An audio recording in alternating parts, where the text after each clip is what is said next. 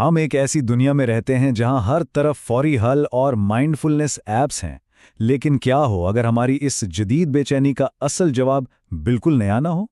आज हम एक ऐसी कदीम रिवायत को खोजेंगे जिसमें शायद वो सुकून पोशीदा है जिसकी हम सबको तलाश है। जरा सोचिए, क्या ऐसा हो सकता है कि आज की बेचैनी का इलाज किसी नई ऐप में नहीं बल्कि 1400 साल पुरानी हिकमत में छुपा हो? क्या हो अगर जवाब हमेशा से हमारे सामने था और बस दोबारा दरियाफ्त किए जाने का इंतजार कर रहा था? अक्सर सुनने में आता है कि माइंडफुलनेस ही सबका हल है। और हाँ, कुछ देर के लिए तो लगता भी है कि ये काम कर रहा है, लेकिन बहुत से लोगों के लिए ये सुकून बहुत आर्जी होता है और बेचैनी जल्द ही लौट आती है। तो होता क्या है, हम अपनी सांस पर ध्यान देते हैं, जहन कुछ देर के लिए पुरसुकून हो जाता है, लेकिन फिर जिंदगी की हकीकतें तो वापस आई जाती हैं ना। वो सुकून एक गहरे मसले पर एक आर्जी पट्टी की तरह महसूस होता है और बेचैनी लौट आती है, कभी कभी तो पहले से भी ज्यादा शिद्दत के साथ। और असल मसला ही यही है।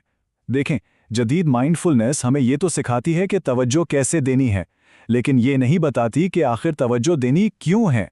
ये हमें अपने ख्यालात का मुशाहिदा करना तो सिखा देती है, लेकिन उन्हें समझने के लिए कोई फ्रेमवर्क नहीं देती। ठीक है, इससे शायद हमारे आसाब को थोड़ा सुकून मिल जाए, लेकिन हमारी रूह का क्या बनेगा? ये हमें जिंदगी के सबसे बड़े सवालात के साथ बिल्कुल अकेला छोड़ देती है। मेरा मकसद क्या है? मैं तकलीफ का सामना कैसे करूं?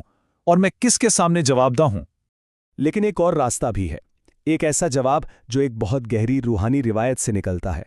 तो आइए बात करते हैं मुराकबा की, एक ऐसी मश्क जो खास तौर पर माने के इसी खला को पुर करने के लिए बनाई गई है। एक मिनट के लिए इन सारे नए ट्रेंड्स को जरा साइड पर रखें। इस्लामी रिवायत में मुराकबा मौजूद है। ये सिर्फ अपने ख्यालात को जानना नहीं है, बल्कि इस बात से आगाह होना है कि आपको देखा जा रहा है। इस लफ्ज़ का मतलब है निगरानी।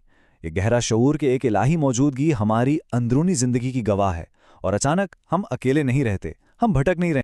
जैसा कि कुरान में इरशाद है, और तुम जहां कहीं भी हो वो तुम्हारे साथ है। जरा एक लम्हे के लिए इस आयत की गहराई को महसूस करें। इससे कोई फर्क नहीं पड़ता कि हम कहाँ हैं या कैसा महसूस कर रहे हैं, हम अकेले नहीं हैं। ये सादा सी हकीकत हमारी पूरी अंदरूनी दुनिया को बदलने की ताकत रखती है।